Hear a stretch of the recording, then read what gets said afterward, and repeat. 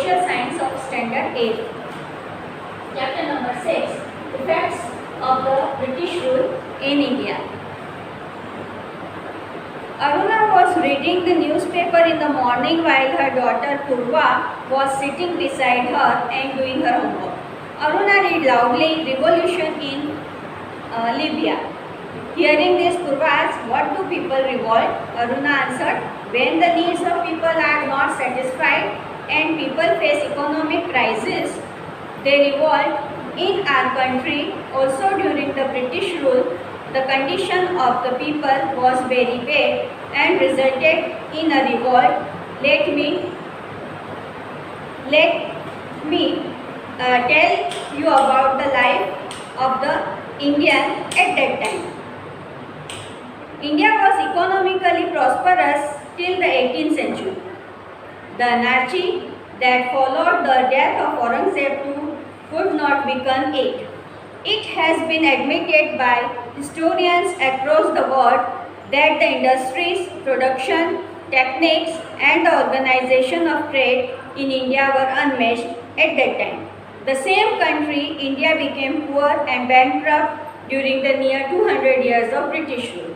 It became the country that supplied raw material to the factories in England and offered a large market for the finest products of the factories in England. 18th century तक India बहुत ज़्यादा prosperous था, उसको सोने की चिड़िया कहा जाता था। लेकिन जैसे जैसे ब्रिटिशर्स हमारे यहाँ पर करने लगे, डेथ ऑफ औरंगजेब, उसके बाद बहुत ज़्यादा अनार्ची बढ़ गया इंडिया में, जिसके थ्रू जो इंडियन फार्मर्स थे वो पुअरर होते गए। जो रॉ मटेरियल था, रॉ मटेरियल लाइक जैसे कॉटन, फार्मर्स जो कॉटन लगाते हैं वो उसका थ्रेड बनता है और थ्रेड बनकर मिल्स में जाकर उसका क्लॉथ बनता है। तो जो कॉटन वगैरह उसको रॉ मटेरियल कहेंगे हम। तो रॉ मटेरियल जितना भी होता था वो ब्रिटिशर्स लेकर इंग्लैंड चले जाते थे और वहाँ की उनकी फैक्ट्रीज में फाइनेस्ट प्रोडक्ट्स बनाते थे, बहुत अच्छा प्रोडक्ट बनाते थे।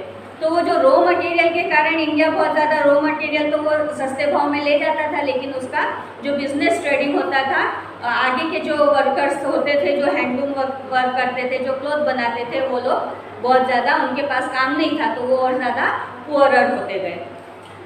इस टाइप से 200 ईयर्स में ब्रिटिशर्स ने इंडिया को बहुत ज़्यादा पुअर कर दिया। Condition of pheasant and agriculture during the British rule. The British got a new opportunity to increase their income after the acquiring of the Diwani right.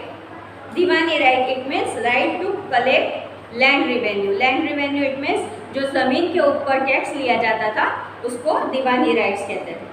और Bengal, Bihar and Orissa, ये 3 जगह पर, बिहार, बंगाल और उड़ीसा, ये 3 जगह पर बहुत ज़्यादा ब्रिटिशर्स ने उनका रेवेन्यू लेना स्टार्ट कर दिया। They started exploiting peasants to earn more revenue and as a result the peasant become poorer. Britishers ने बहुत ज़्यादा फार्मर्स को एक्सप्लॉइटेड करना स्टार्ट किया, बहुत ज़्यादा परेशान करना स्टार्ट किया, उनका शोषण करने लगे और वो लोग ज़्यादा पुअरर होने लगे। उनका और क्या जो भी उनको चीज़ें चाहिए होती थी, उन्होंने कितने टाइम उन्होंने अपनी ज्वेलरी वगैरह रख कर और अब पैसा लिया, जिससे वो ज़्यादा और भी उनके पास जो इनकम थी वो भी चली गई, जो उनके पास पैसा था वो भी चला गया। A large number of peasants had to borrow money from the money lenders and consequently fell into the debt trap. अधिकतर फार्मर्स क्या करते थे, जो भी लैंडलॉर्ड्स थे, जो जमींदार थे, उनके पास से पैसा लेते थे और वो उनके जालों में फंसते जाते थे। Farmers lost their land and agriculture suffered in many regions of India. Moreover, Bengal witnessed a tribal famine in the year 1770 CE in which lakhs of people died to starvation. अब इसमें क्या हुआ, बहुत ज़्यादा उनको एग्रीकल्चर में बहुत ज़्यादा लॉस्ट होने लगा, क्योंकि सारा जो पैसा आता था वो तो सारा लैंडलॉर्ड ब्रिटिशर्स ले लेते थे।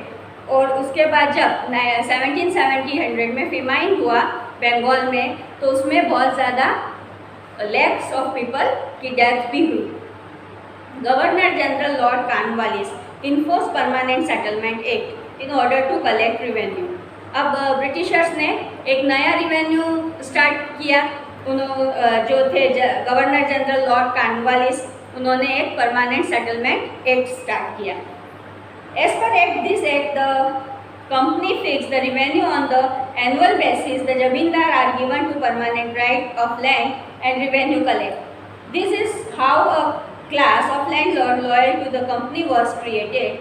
This act also ensured the income of the company. Against this, the peasant who worked hard in the hot sun to cultivate the land and grow crop were exploited. जो governor general Cornwallis ने permanent settlement act start किया, उसके through उन्होंने ज़मींदार्स को, जो landlords थे, उनको permanent right they दिया कि वो लैंड का जो भी रिवेन्यू था, जो भी टैक्स था, वो कलेक्ट करना शुरू कर दे। जिसके कारण, और वो लैंडलॉर्ड्स क्या थे, वो बहुत ज़्यादा लॉयल थे ब्रिटिशर्स के साथ, जिससे जो फार्मर्स थे, जो बहुत वर्क हार्ड करते थे, सन की गर्मी में वर्क हार्ड करते थे, फार्मिंग करते थे और एक क्रॉप तैयार करते थे, तो वो सारा कौन लेकर जाता था? ज़मींदार लेकर चला जाता था, और उसका ब्रिटिशर्स उसमें उसका कुछ पैसा, वो दोनों का पार्ट रहता था। तो जिससे ब्रिटिशर्स पैसे वाले होने लगे और फार्मर्स दिन पर दिन और ज़्यादा पुअरर होने लगे। Effects on social life. Warren Hasting, Cornwallis के बाद वॉरेन हास्टिंग आए। The person who was given the job of collecting revenue was known as collector. जो भी रिवेन्यू कलेक्ट करता था उसको कलेक्टर कहा गया। He also perform the function of a जज। वो एक जज की भूमिका भी फंक्शन करता था। The British system of administration destroyed our ancient system of self-rule. In the ancient times, every village was like a small republic. Gram Panchayat handled the administration of the entire village. These Panchayat were like the backbone of the self-rule in our country. This institution of local self-rule stood their ground even during the times of foreign invasion and the Sultanate period, but were destroyed due to the administrative policy of the Britishers. अब यहाँ पर हमारे ancient India में first गाँव में जो ग्राम पंचायत होती थी, वो सारा हैंडल करती थी। पूरा गांव का जो भी वर्क वगैरह होता था, वो पूरा हैंडल करती थी ग्राम पंचायत, और वो सेल्फ रूल करते थे अपने ऊपर। लेकिन जैसे जैसे ये सारा जो भी प्रिंसली स्टेट्स हुए, जो भी किंग वगैरह आए, उनके टाइम पर भी चलता था। फिर इन द सल्तनत, जो भी सुल्तान वगैरह हुए, उनके टाइम पर भी चलता था। लेकिन जैसे जैसे ब्रिटिशर्स आने लगे, ये सारा सेल्फ रूल उनका फिनिश होने लगा। The policy of social reforms by the company made people feel insecure and suspicious. They felt that the government was trying to convert them to Christianity and destroy the Indian culture and religion forever.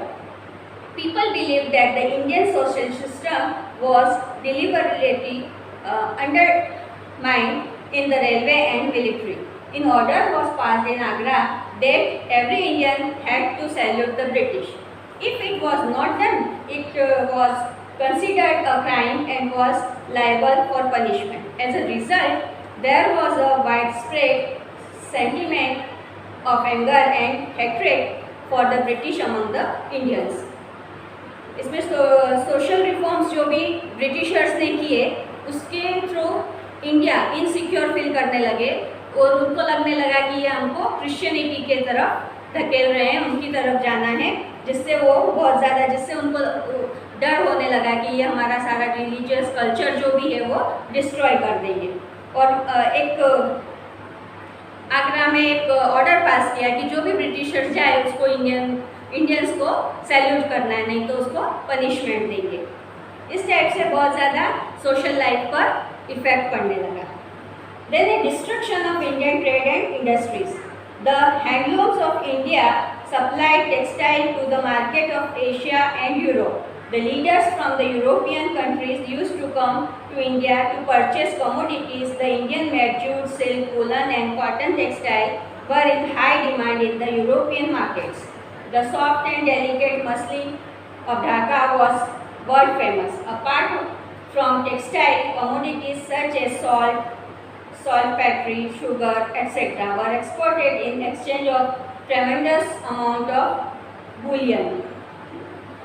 जो भी trading था Indian का, Asia और Europe में बहुत ज़्यादा supply होता था।